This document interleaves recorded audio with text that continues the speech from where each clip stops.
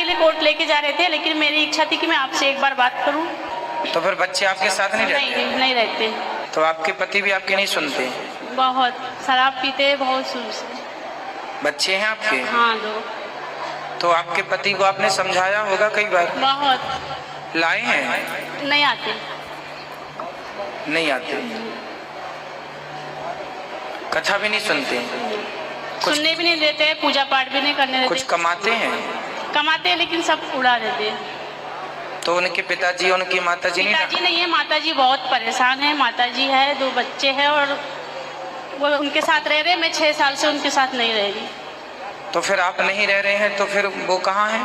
वो गांव में है और मैं, दीदी ने मुझे जॉब लगा दिया मुंबई में, तो मैं वहीं पे ही काम करती हूँ। अच्छा, तो फिर पति वहाँ अकेले रहेंगे, तो फिर वो कल को वो रास्ता भटक गए फिर? नहीं भटक सकते, क्योंकि शराब पीते हैं और शादी करने के लिए सोचे दूसरी, पर नहीं मिलती उनको। अच्छा, दूसरी शादी करना सोचेंगे हाँ। तो मिलेगी नहीं उनको? गए घूमे, लेकिन नहीं मिली। हाँ, कैसे मिलेगी? सही। फिर मैं आपका भागवत वगैरह सुनी, तो फिर मैं गई थी अभी शिवरात्रि में, सोची थी उनको समझाऊंगी और इधर लेके आऊंगी। 2 महीने रही, लेकिन फिर और बहुत परेशान किए। जो 6 साल का वो बदला ले रहे थे मेरे से। फिर भी मुझे तलाक के लिए कोर्ट लेके जा रहे थे, लेकिन मेरी इच्छा थी कि मैं आपसे एक बार बात करूं, बोलूं, इसलिए आई थी। एक बार ले आना। नहीं आएंगे गुरुजी, अगर आप एक बार, शायद थोड़ा भी आपके इधर से किसी का भी कॉल जाए तो शायद आ सकते हैं। आप ही मेरी कॉल बन के उनसे बोलना कि बुलाया है, ले आना, बात करेंगे। यदि समझाएंगे, समझें तो अच्छी बात है। मैं रही गुरुजी वहाँ पर 2-6 साल के बाद, फिर गई। गांव के लोगों के ताने वाने बहुत सुनी, लेकिन मैंने सब छोड़ दिया। मेरी बेटी है, बेटी के लिए मैं गई। बच्चा भी उसके जैसे हो गया, बिगड़ गया बेटा भी पापा के जैसे। तो बेटा आपके साथ रहता है? नहीं, बेटा, बेटी और सास सब गाँव में रहते हैं। तो फिर बच्चे आपके साथ नहीं रहते? नहीं रहते। वो उनको सिखा दिए, रहने नहीं देते मेरे साथ। तो आप अकेले रहते हैं? हाँ, मैं अकेली रहती हूँ। तो फिर आप अलग, आपके पति अलग, आपके बच्चे अलग? मैं गई, बार गई, 5-6 बार गई। वो बहुत टॉर्चर किए, बहुत परेशान किए, तो फिर मैं छोड़ के आ जाती हूँ। तो फिर बच्चों को तो फिर आपकी माँ का प्यार मिलना चाहिए। हाँ, लेकिन दादी बोलती है मैं नहीं रह सकती बच्चों के बिना। पहले तो बात भी नहीं कराते थे। मैं 6 साल रो के रही, बात भी नहीं करा। अभी कितने बड़े बच्चे हैं आपके? बेटा 16 साल का, बेटी 11 साल। तो आपको रहना चाहिए बच्चों का। वो बड़े हो रहे हैं, उनके पास बाप का प्यार तो नहीं, माँ का ही मिल जाए। रहने ही नहीं देते गुरुजी। खाना, बर्तन सब फेंक तोड़ ताड़, कपड़े जला देते, मतलब कुछ रखते ही नहीं है घर में। मैं रहती हूँ, जब मैं नहीं रहूंगी तो भी वो लोग सुखी है, इसलिए मैं घर छोड़ देती हूँ। लेकिन लोग बोलते हैं इसी को बाहर जाने का शौक है, लोग ऐसा बोलते हैं। मैं अपने बच्चों की खुशी के लिए, सुख के लिए मैं घर छोड़ देती हूँ। कि यदि हमारे बहन हाँ, खुश है। हाँ, वो खुश है। मेरी बेटी खुद बोली कि मम्मी तू यहाँ कभी मत आना, रो कर बोली, लेकिन लोग नहीं मानते। लोग बोलते इसी को बाहर जाने का शौक है। गुरुजी आप बताओ, दिल की माने कि दुनिया की माने? अब आज तीनों माताओं की सिचुएशन में मैं चुप ही हूँ। गुरुजी फिर मुझे आती है, एक बात आती है, चूल्हे में जाओ।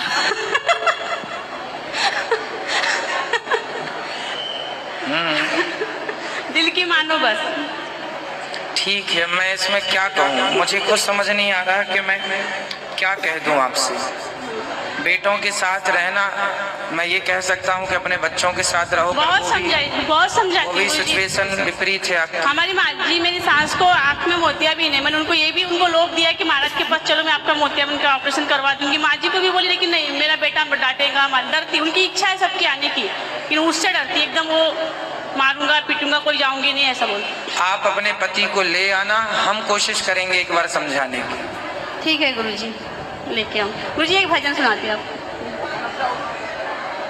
हर पल तुम्हारी याद आती रहे गुरुवर, आती रहे। तुम्हारी छवि मन को लुभाती रहे। हर पल तुम्हारी याद आती रहे गुरुवर, आती रहे। राधे राधे। खुश।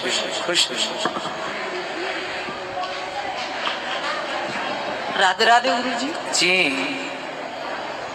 गुरुजी क्या कहूँ मैं, मेरे पति दारू पीते हैं पूजा भी करते हैं, परिक्रमा भी देते हैं, ठाकुर जी की सेवा करते हैं, हर महीने गोवर्धन की परिक्रमा भी देते हैं, पर शाम को दारू पीते हैं, फिर बहुत गंदी गंदी गाली देते हैं।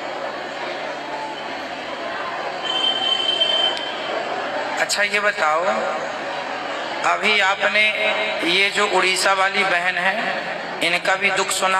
हाँ। ये जो बहन है अभी आपसे पहले बोली, इनका भी दुख सुना। हाँ। और आपका भी दुख है। अब बताओ, आप तीनों में सबसे ज्यादा दुख किसका है? मैं तो ये कहती हूँ, परिक्रमा भी देते हैं, इतनी पूजा करते हैं, वो कितनी समझाते हैं, बच्चे भी समझाते हैं। मैंने बेटी की शादी की है, मैंने लाए हैं आप उनको? नहीं आए। 10 लाख रुपए का कर्जा किया है, मैं अकेली उनको चुका रही हूँ। वो दारू पी के कोई टेंशन लेते, कुछ नहीं करते। ये सवाल मैं सबसे कर रहा हूँ आज। आप सभी श्रोताओं ने आज तीनों बहनों की दास्तां सुनी। अब ये बताइए कि तीनों में सबसे ज्यादा दुख किसका है? इनका, इनका या इनका? किनका? पीली बहन का? हाँ, पहले वाली। तो आपके पति को मेरे पास लाना। आ जाएंगे, वो मैं आई थी यहाँ पे। आपके पति तो बहुत अच्छे हैं, जून में आई कम थी। से कम आपकी बात तो मानते हैं कुछ?